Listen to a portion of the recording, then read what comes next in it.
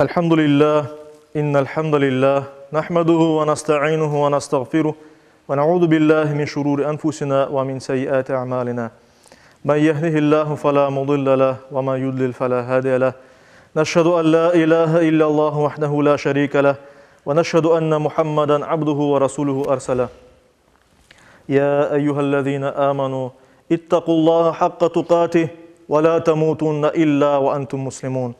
Eyyühen nas ittaqu rabbakum الذي خلقكم من نفس واحدة وخلق منها زوجها وبث منهما رجالا كثيرا ونساء يا أيها الذين آمنوا اتقوا الله وقولوا قولا سديدا يصلح لكم أعمالكم ويغفر لكم ذنوبكم ومن يطع الله ورسوله فقد فاز فوزا عظيما أيها الناس قال الله تبارك وتعالى في كتابه الكريم أعوذ بالله من الشيطان الرجيم بسم الله الرحمن الرحيم وأقيموا الصلاة وآتوا الزكاة وما تقدموا لأنفسكم من خير تجدوه عند الله إن الله بما تعملون بصير صدق الله ربنا الأعلى.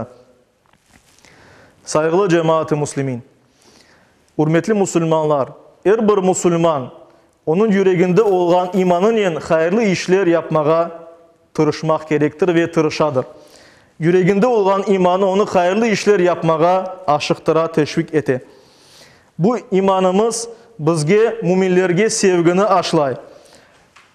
Büyüklerge saygı, ufaklarga şefkat etmege çağıra. Böylece Müslüman cemiyetinde birbirine destek ve birlik peyda ola, birdemlik peyda ola. Bu hem manevi şekilde destek peyda ola, hem de maddi şekilde de olması mümkün.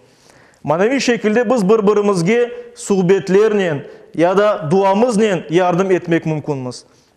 Mali şekilde ise ya da maddi bir şekilde ise biz dindaşlarımızga öz omuzumuzu beremiz, onlarga paramızla, malımızla, mülkümüzle yardım etemiz. Fukarelerge, muhtaçlarga sadakalarımızı beremiz ve şu cümleden Ramazan ayında bayramga doğru fıtır sadakalarını beremiz. Şu cümleden de zekatlarımızı beremiz. Ve zekatlarımızı fıtır sadakasıyla beraber anganımızın sebebi Ramazan ayı mübarek bir aydır, aziz bir aydır.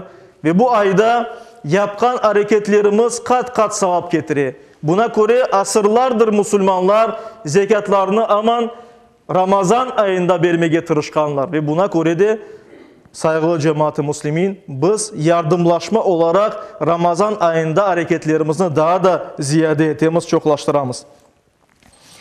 İslam dinimiz birdemlikni emir ete, fukarelerge yardım kolunu uzatmakni emir ete ve fukare ile zenginler arasındaki olan uçurumunu yok etmeye emirler getire. Şu cümleden faizini yasak ete, paranı berip faizini almağa ve böylece zenginlerin daha zengin olup fukarelerin daha fukare olmasını yasak etti. Diğer taraftan ise zenginlerinin dinimiz boyunca bay kimselerinin fukarelerge yardım kolunu uzatmalarını, hem zekatlarını, hem fıtır sadakalarını, hem de mesela kurban çalmalarını ve başka birçok sebeplerini yarata. Bazıları emir etilgen, bazıları bizler için nafile ibadetler olarak gösterilgendir. Ve böylece Yüce Rabbimiz Müslümanlarını her daim birbirine yardım etmekini öğreti ve buna bizni alıştıra. Buna göre de zengin bir Müslüman başkalarga yardım etmeye alışkan bir kimse olmak gerektir elbet. Hürmetli Müslümanlar, dinimiz boyunca dinimizin 5 temelinden biri olan zekat, dinimiz boyunca zengin bay olan her bir kimse için farzdır. Yani zekat ibadeti bir yıl geçmesine, bir yılda bir kere verilmek gerek ve böylece fukarelerge yardım edilmek gerek. Yardım edilmekten de ziyade bu fukarenin hakkı olanı hakkında Kur'an-ı Kerim'de Yüce Rabbimiz bizge bunu bildirmektedir. Hem bergen zekatlarımız hem de Ramazan'ın alakalı olarak bergen fıtır sadakalarımız Yüce Rabbimiz bizge bergen nimetlerge şükür ifadesidir. Olar bir çok fayda getirir elbet bizlerge. Hem kardeşlik duygularımızı pekite, bay ve fukareler arasında sevgi ve işançını peyda ete. Diğer taraftan bay Müslümanlarını saranlıktan ve mal hırsından korçalay. Ve elbette mallarımızı, mülkümüzü ve yüreklerimizi temizley. Ayet-i kerimelerde ve Peygamberimiz Muhammed Mustafa sallallahu aleyhi ve sellem'in hadislerinde buyurulğanı uzle. Ve buna göre de hem zekat hem fıtır sadakası hem bergen kimsege hem de algan bir kimsege bereket getirmektedir. Yüce Rabbimiz Tevbe suresinin 103. ayet-i kerimesinde böyle buyura: Onların mallarından sadaka al. Bununla onlarını günahlardan temizlersin. Onlarını arındırıp yüceltirsin. Peygamberimiz sallallahu aleyhi ve sellem ise Beyhaki'de geçen bir hadis-i şerifte böyle buyurmakta: Sadaka verip hastalarınız için Allah'tan şifa isteyiniz. Zekat verip de mallarınızı korçalama aslına alınız deyip buyura. Ve elbette zekat vermek Ramazan ayında büyükten büyük sevaptır. Ama mahsus Ramazan ayında yapılacak bir ibadet bu fıtır sadakası. Fıtır sadakası Ramazan ayı için ve daha sonra Oraza bayramına erişkenimiz için şükür ifadesi olarak verilgen bir sadakadır, bir ibadettir. Buna göre de Ramazan ayının sonuna yetken dinimiz boyunca zengin bay olan bir kimse ozu ve korantası için bayram namazından evvel muhtaç kimselerge şu fıtır sadakasını vermek gerek. Belli bir miktarda bu yıl muftiyatımız en az fıtır sadaka miktarını 300 kumuş deyip belgiledi. İşte bu miktarını vermek zengin bir kimse için dinimiz boyunca Hanefi mezhebine göre vaciptir. İşte böylece fıtır sadakasıyla muhtaçlar bayramga hazırlanmak, daha da güzel hazırlanmak mümkünler.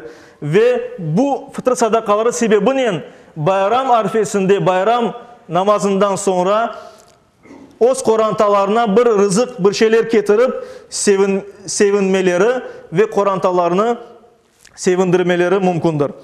Ve rahat bu bayram günlerini geçirmelerini mümkündür elbet. Fıtır sadakası bay olmaganlarga da vermek mümkün. Bay olmaganlar da fıtır sadakasını vermek mümkün. İşte saygılı cemaat-ı Müslümin bu noktayı nazarından ancak zenginler değil de bu dinimiz boyunca zengin olmayan kimselerge de fıtır sadakası verilmek mümkün ama vacip değildir. Yani mutlak verilmek gerek değildir. Ona göre de korantasında ağırlık olacak olsa her bir koranta azasından 300'er kumuş toplayıp vermeye onların üstünde bu vazife değil. Aksine onlara fıtır sadakası verilmek gerek. Saygılı cemaat-ı Müslümin, hürmetli Müslümanlar, dinimiz boyunca bay sayılgan zengin kimseler fıtır sadakalarını teslim etmeseler, hem zekatlarını vermeseler dinimiz boyunca günahkar sayılırlar ve ziyanda olacaklar. Bu onların boyun borcu onun yerine getirmek ve boyun borcu olmaktan da gayrı büyükten büyük bir sevaptır. Ve Kur'an-ı Kerim'de buyurulğanı üzere fıkarelerinin hakkıdır. Yüce Rabbimiz zenginlerge fıkarelerin rızıkını da yollay ki zenginler böylece imtihan edilerek bu paralarını sahiplerine yetkizmeleri gerektir. Yüce Rabbimiz Bakara suresinde 110. ayet-i kerimesinde böyle buyura: Ey müminler, namaz kılınız ve zekat veriniz.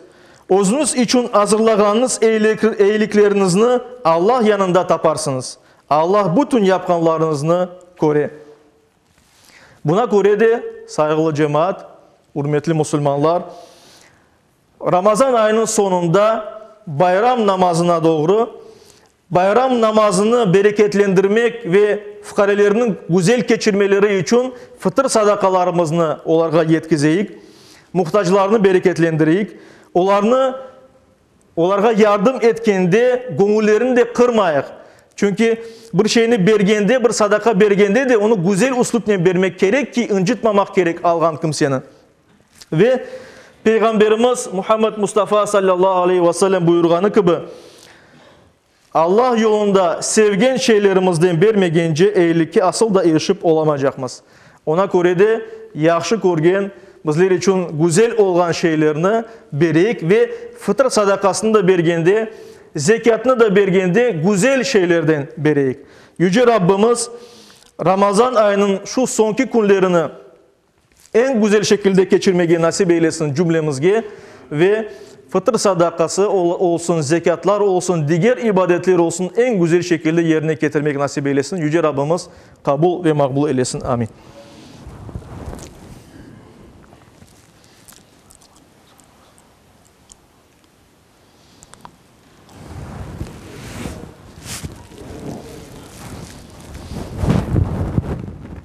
Elhamdülillah ve salatu ve selamu ala Resulillah ve usikum nefsel asayete bi takvallah. İnna Allah ve melaiketehu yusallun alen nebi. Ya eyyühellezine amanu sallu aleyhi ve sellimu teslima. Vardallahu man khulefa'l erba'a Ebi Bekr ve Umar ve Uthman ve Ali ve an sairil ali ve sahabeti ve tabi'in ve man tabi'ahum bi ihsanin ila yevmiddin. وعنا معهم بعفوك وكرمك يا أكرم الأكرمين ويا أرحم الراحمين اللهم أعز الإسلام والمسلمين اللهم أعز الإسلام والمسلمين اللهم أعز الإسلام والمسلمين واحم حوزة الدين ودمر أعداء الدين وألف بين قلوب المسلمين ووحد صفوفهم واجمع كلمتهم على الحق يا رب العالمين وانصر دينك وكتابك وسنة نبيك محمد صلى الله عليه وسلم وآله أجمعين عباد الله إن الله يأمر بالعدل والإحسان وإيتاء ذي القربى وينهى عن الفحشاء والمنكر والبغي يعظكم لعلكم تذكرون صدق الله العظيم